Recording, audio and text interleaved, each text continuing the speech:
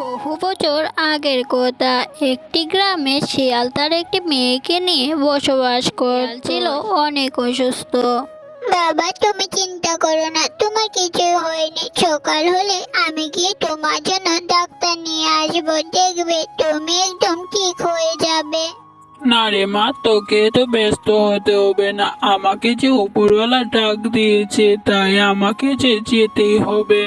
এমন করে বলো না বাবা, তুমি ছাড়া যে আমার এই পৃথিবীতে আর কেউ নেই। তুমি ছাড়া আমি কিভাবে বেঁচে থাকবো? তুমি চলে গেলে আমি কার কাছে থাকবো বাবা? দেখবে তুমি একদম ঠিক হয়ে যাবে আগের মতো। হ্যাঁ রে মা, সেটা নিয়েই তো চিন্তা হয় আমার। আর যাই হোক, তুই কিন্তু মিনুকে একটু ভালো করে দেখে রাখিস মা।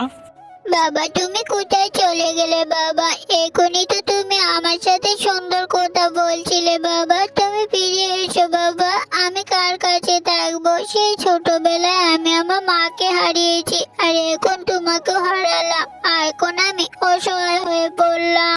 এই বলে রিঙ্কি মুন্নির কাছে যায়। মুন্নিকে গিয়ে বলে, শোন মিনু, তোকে কিন্তু এখন থেকে একা একা খেয়ে নিতে হবে। দেখলি তো বাবা আমাদের ছেড়ে চলে গেছে।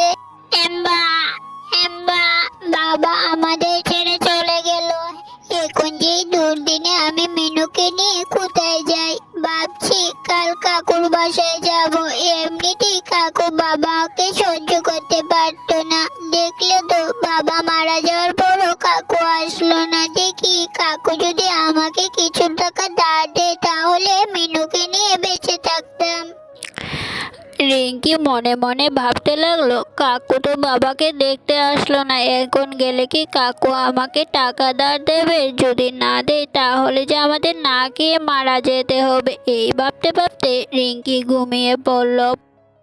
পরদিন সকাল হতে পর গুটি গুটি পায়ে রিঙ্কি মিনুকে নিয়ে ছুটলো তার কাকার বাসার উদ্দেশ্যে। কাকু, ও কাকু, বাড়িতে আছো নাকি? আমি যে বড় বিপদে পড়ে তোমার বাসাতে এসেছি কাকু। যখন রিঙ্কি তার কাকুকে ডাকছিল, তখন ঘর থেকে শিয়ালের বউ শিয়ালিনী বাইরে বেরিয়ে আসলো। কি রে, কি হয়েছে? এত চেঁচাচ্ছিস কেন? তোর কাকু বাসায় নেই। তোকে যা বলার আমাকেই বল। কাকিমা, বাবা মারা যাওয়ার পর আমি আর মেনু না খেতে পেয়ে মারা যাচ্ছি। যদি আমাকে কিছু টাকা ধার দিতে। এই, আমরা কি এখানে অনাথ আশ্রম খুলে বসেছি নাকি রে? যখন মন চাইবে তখনই হাত পাততে চলে আসিছে। যা যা, এখান থেকে চলে যা। আমার অনেক কাজ রয়েছে, আর তোকে আমি টাকা দিতে পারবো না। রিঙ্কি তার কাকিমার কথা শুনে তাড়াতাড়ি করে মিনুকে নিয়ে চলে এলো। আর মনে মনে ভাবতে লাগলো, আগেই জানতাম যে কাকুর কাছে এসে কোনো লাভ হবে না। দেখলি তো মিনু, কাকিমার কাছে কি পরিমাণে অসম্মানিত হতে হলো। এখন কি যে করি। শোন মুন্নি, এখান থেকে তুই পেট ভরে খেয়ে নে। আবার কখন খেতে পাবি কি পাবি না, এখন থেকে প্রতিদিন তুই এখানে এসে পেট ভরে খাবার খেয়ে যাবি। হ্যাঁ, এখন থেকে প্রতিদিন এখানটায় এসে খাবার খেয়ে যাব। এম্বা, এম্বা, এম্বা, এম্বা। সন্ধ্যা গনিয়ে আসার আগে রিঙ্কি ও মিনু গুটি গুটি পায়ে তাদের বাসার উদ্দেশ্যে। তারপর রিঙ্কি রাতে ঘুমাতে গিয়ে মনে মনে ভাবলো, কিভাবে মিনুকে নিয়ে আমি আমার এই সংসারটা চালাবো।